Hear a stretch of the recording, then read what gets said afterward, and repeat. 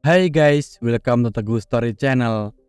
Apa kabar sahabat onlineku? Semoga sehat dan bahagia selalu, serta selalu dalam lindungan Allah. Guys, dua perguruan silat Indonesia baku hantam di Taiwan sampai menewaskan satu orang. Padahal awalnya hanya ingin diskusi saja, namun yang terjadi benar-benar di luar dugaan. Apa yang sebenarnya terjadi? Simak video ini sampai habis sahabat onlineku.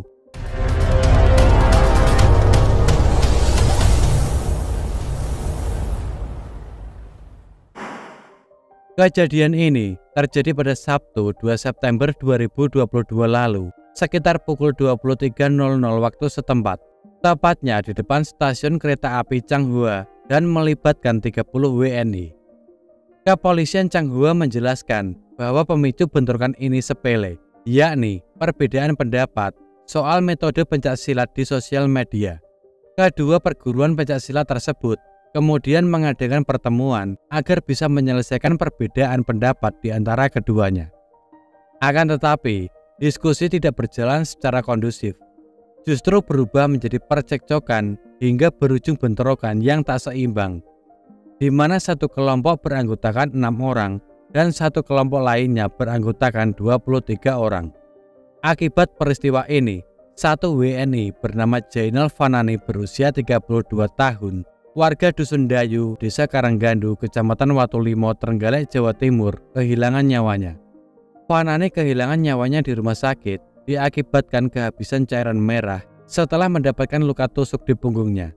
Sementara satu WNI bernama Aryo Eko Cahyono mengalami luka dan setelah menjalani perawatan di rumah sakit, Eko dinyatakan sembuh pada 4 September lalu. Diketahui, Aryo Eko Cahyono merupakan saudara kembar Jainal Fanani. Mereka tinggal satu desa, namun beda rumah. Sehari sebelumnya, 2 September 2023 pagi, Jainal Fanani menghubungi keluarganya dan berencana pulang ke Indonesia pada Jumat 8 September 2023.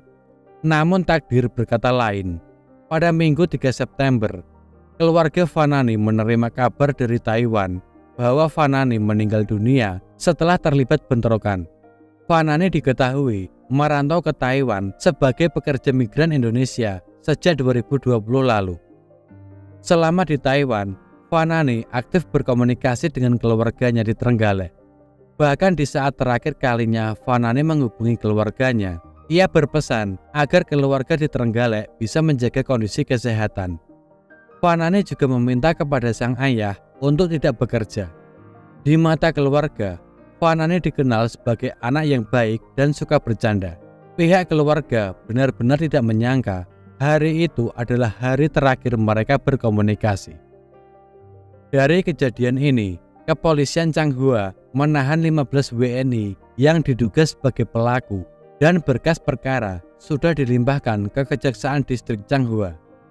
Dari kasus ini, polisi menemukan sejumlah barang bukti berupa sajam, di antaranya pisau, obeng, parang, pedang samurai, celurit, nunchaku, arit, dan barang-barang lainnya.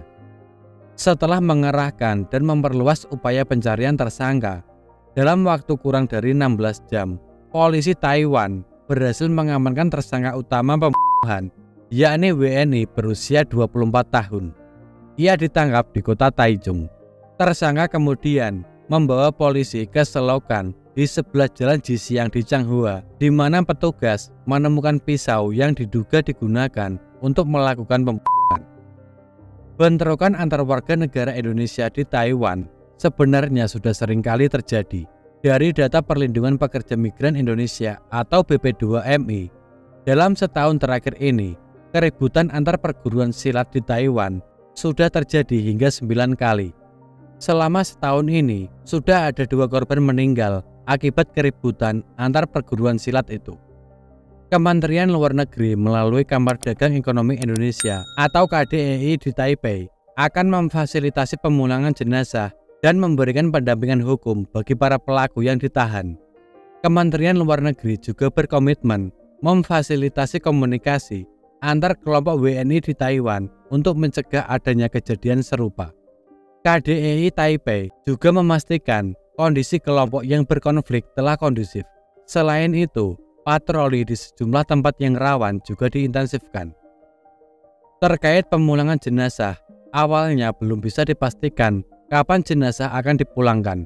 Namun, setelah melalui berbagai proses, akhirnya jenazah almarhum Jainal Fanani berhasil dipulangkan dan tiba di rumah duka pada Minggu siang 19 September 2023. Kedatangan jenazah yang dihantar dalam sebuah peti mati itu disambut isak tangis keluarga dan kerabatnya. Sesampainya di rumah, jenazah almarhum Jainal Fanani langsung dibawa masuk ke rumah duka untuk disolatkan. Kedatangan jenazah almarhum mengundang simpati dari anggota PSHT dari berbagai daerah di sekitar Trenggalek. Ribuan anggota perguruan silat tersebut tampak hadir di rumah duka maupun di tempat pemakaman umum Karanggandu untuk menyampaikan belasungkawa dan memberikan penghormatan terakhir. Menurutnya, kepergian Jainal menjadi duka mendalam bagi keluarga maupun organisasi PSHT. Pihaknya mendoakan agar almarhum diterima di sisi Tuhan Yang Maha Esa. Sementara itu, Bupati Trenggalek Muhammad Nur Arifin turut hadir di rumah duka juga menyampaikan belasungkawa atas meninggalnya Jainal Fanani. Pihaknya juga mengucapkan terima kasih kepada seluruh pihak yang membantu proses pemulangan jenazah hingga ke rumah duka. Ia berharap masyarakat mendoakan almarhum dan memberikan penguatan kepada keluarga yang ditinggalkan. Di sisi lain, pemerintah Trenggalek meminta seluruh pihak untuk menahan diri dan tidak membuat provokasi yang bisa menimbulkan perselisihan di antara organisasi. Kalaupun ada proses hukum dan sebagainya, kedua negara juga sudah memproses itu. Kabul, ayah Jainal Fanani, tak dapat menyembunyikan kesedihannya. Kabul tampak berdiri di halaman dengan didampingi keluarga dan kerabatnya. Salah satu keluarganya terus mengusap dada Kabul seraya menguatkan hatinya. Tak hanya Kabul, sejumlah kerabat Jainal Fanani juga meneteskan air mata tatkala jenazah tiba dan dikeluarkan dari ambulan. Sangat disayangkan sekali sesama WNI terlibat kasus seperti ini di negara lain. Semoga kasus seperti ini tidak terjadi lagi, dan semoga keluarga dari korban diberikan ketabahan, dan semoga almarhum Jainal Fanani diampuni dosa-dosanya, diterima amal ibadahnya, dan diterima di sisi Tuhan Yang Maha Esa, serta pelaku mendapatkan hukuman yang setimpal atas perbuatannya. Sekian dari kisah ini. Bagaimana menurut sahabat onlineku tentang kasus ini? Bisa komen di bawah. Dan semoga kita bisa mengambil hikmah dari kasus yang aku bawakan hari ini. Bagi yang belum subscribe, bisa tekan tombol subscribe, like, komen, dan share, serta nyalakan lonceng notifikasinya agar sahabat onlineku tidak ketinggalan video dari aku selanjutnya. Tetap jaga kesehatan, berhati-hati dalam setiap aktivitas. Dan juga yang mau request tentang kasus-kasus yang ingin aku bawakan, bisa DM di Instagram Teguh Story Channel atau bisa juga komen di bawah.